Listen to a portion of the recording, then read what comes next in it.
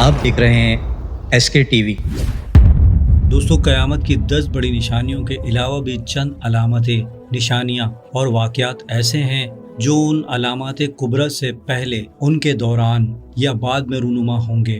ان میں سے چند علاماتیں تو ایسی ہوں گی جو سب کو نظر آئیں گی، اور کچھ ایسی ہوں گی جو کسی خاص علاقے میں ظہور پذیر ہوں گی اور لوگوں کو دوسرے ذرائع سے ان کے بارے میں علم ہوگا۔ ان میں سے چند علامات آج کی ویڈیو میں آپ کو بیان کروں گا۔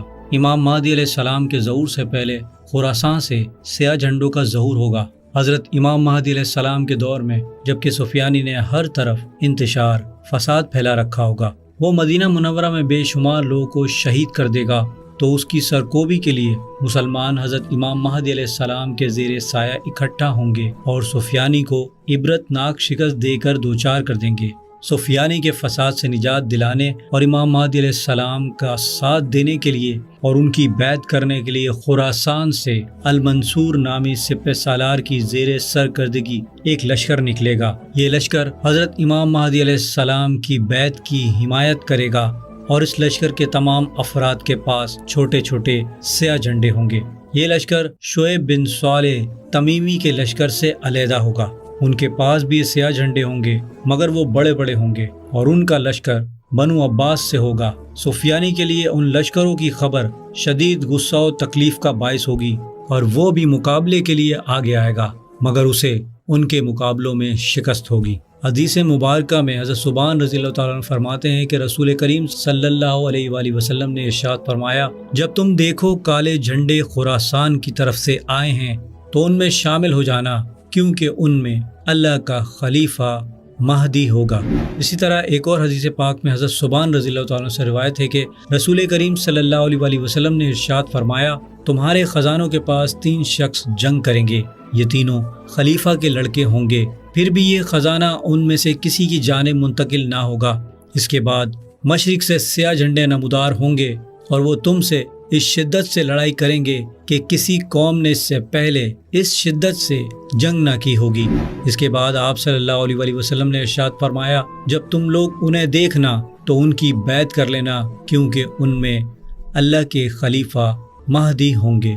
اسی سلسلے کی ایک اور روایت میں ہے کہ حضرت امام مہدی علیہ السلام کا چچا زاد بھائی جو کہ مشرق کے آخری کونے میں ہوگا، وہ خراسان اور تالقان کے لوگوں کو لے کر چھوٹے چھوٹے سیاہ جھنڈوں کے ساتھ روانہ ہوگا۔ یہ لوگ حضرت امام مہدی علیہ السلام سے جا ملیں گے۔ آپ صلی اللہ علیہ وآلہ وسلم نے ارشاد فرمایا، جب تمہیں خراسان کی جانب سے سیاہ جھنڈے کی آنے کی خبر ملے تو ان کے پاس جانا، اگرچہ برف پر چل کر جانا پڑے۔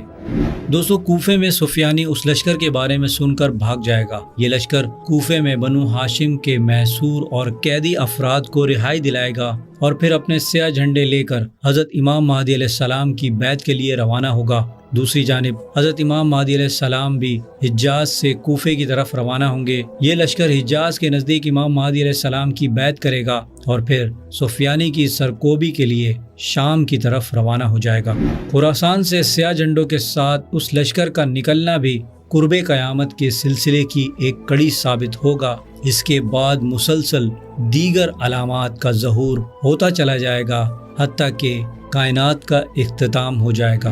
ام المومنین حضرت عائشہ رضی اللہ تعالی عنہا سے روایت ہے کہ خواب میں اللہ کے رسول صلی اللہ علیہ وآلہ وسلم کا جسم حرکت کرنے لگا، تو ہم نے عرض کیا، اے اللہ کے رسول صلی اللہ علیہ وآلہ وسلم، کیا آپ نے خواب میں ایسی بات دیکھی جو آپ صلی اللہ علیہ وآلہ وسلم نے پہلے کبھی نہیں دیکھی؟ تو آپ صلی اللہ علیہ وآلہ وسلم نے ارشاد فرمایا، عجیب بات ہے کہ میری امت کے کچھ لوگ قریش کے ایک آدمی کو پکڑنے کے لیے بیت اللہ کی طرف جا رہے ہیں۔ اس آدمی نے بیت اللہ میں پناہ لی ہوئی ہے، جب وہ کھلے میدان میں ہوں گے تو وہ زمین میں دھس جائیں گے۔ ہم نے پوچھا، اے اللہ کے رسول صلی اللہ علیہ وآلہ وسلم، ہر قسم کے لوگ راستے میں جمع ہوں گے، یعنی کچھ ایسے لوگ بھی ہوں گے جو اس آدمی کی مدد کے لیے جا رہے ہوں گے؟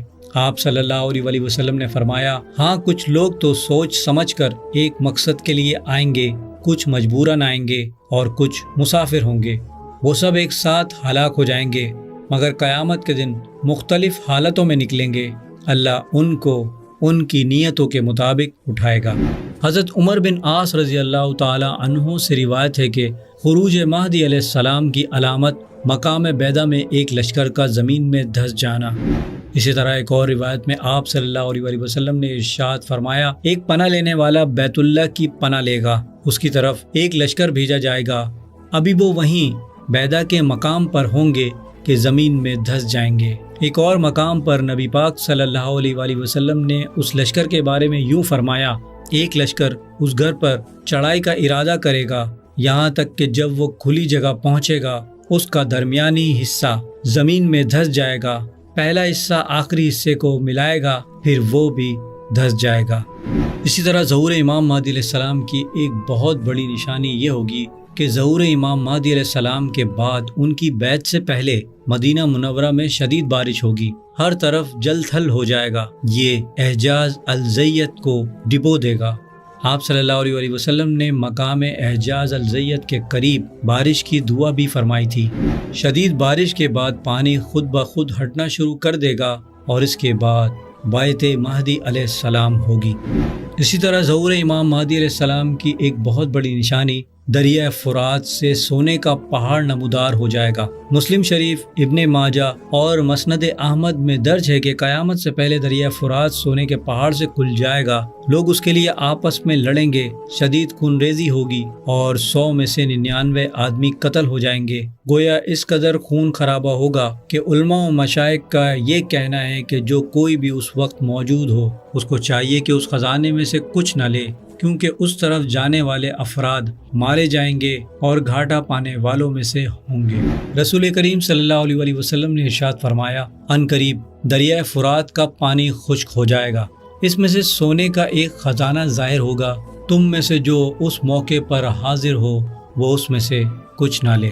حضرت ابو ہریرہ رضی اللہ تعالیٰ عنہ سے روایت ہے کہ رسول کریم صلی اللہ علیہ وسلم نے ارشاد فرمایا، قیامت قائم نہ ہوگی جب تک کہ دریائے فرات سونے کے پہاڑ سے نہ سرک جائے، لوگ اس کے حصول کے لیے لڑیں گے، لڑائی اتنی شدید ہوگی کہ 100 میں سے 99 مارے جائیں گے، ان میں سے ہر ایک اس امید پر لڑے گا کہ شاید میں بچ کر رہ جانے والوں میں ہوں۔ دوستو، دریائے فرات کب سے خشک ہونا شروع ہوا؟ دریائے فرات ترکی سے شروع ہو کر شام سے بہتے ہوئے عراق میں پرشین گلف میں جا گرتا ہے، مگر عراق کے مرحوم صدر صدام حسین نے دریائے فرات کے رخ کو موڑ دیا تھا، جس کی وجہ سے ایک طرف سے پانی خشک ہونا شروع ہو گیا ہے، اور وہ دن دور نہیں جب دریائے فرات سونے کے پہاڑ کو ظاہر کر دے گا، جس کے حصول کے لیے جنگ ہوگی، اور یہ واقعہ بالآخر قرب قیامت کا سبب بنے گا۔ واللہ عالم۔ حضرت امام مہدی علیہ السلام کے ظہور کے بعد کعبے سے بیش بہا خزانہ نکلے گا، آپ علیہ السلام اسے خدا کی راہ میں تقسیم کریں گے۔ حضرت علی رضی اللہ تعالیٰ عنہ نے فرمایا کہ یہ خزانہ آپ کے نکالنے کے لیے نہیں، بلکہ اسے آخری دنوں میں قیامت کے نزدیک ایک قریشی نوجوان نکالے گا اور وہی اس کو راہ خدا میں تقسیم کرے گا۔ اللہ سبحانہ و تعالیٰ سے دعا ہے کہ ہمارے ایمان کی حفاظت فرمائے اور ہمیں نیک اعمال کرنے کی توفیق عطا فرمائے، آمین۔ دوستو، امید کرتا ہوں میری ویڈیو سے آپ کی معلومات میں اضافہ ہوا ہوگا اور کچھ نیا جاننے کو ملا ہوگا۔ اگر میری ویڈیو آپ کو اچھی لگی ہے تو میری ویڈیو کو لائک کریں، میرے چینل کو سبسکرائب کر لیجئے اور بیل آئیکن پہ بھی کلک کر دیں، اور اس ویڈیو کو اپنے دوستوں کے ساتھ، اپنے پیاروں کے ساتھ زیادہ سے زیادہ شیئر بھی کیجیے گا۔ اب میں ملوں گا آپ کو ایک ایسی انفارمیٹیو ویڈیو کے ساتھ، تب تک کے لیے اللہ حافظ۔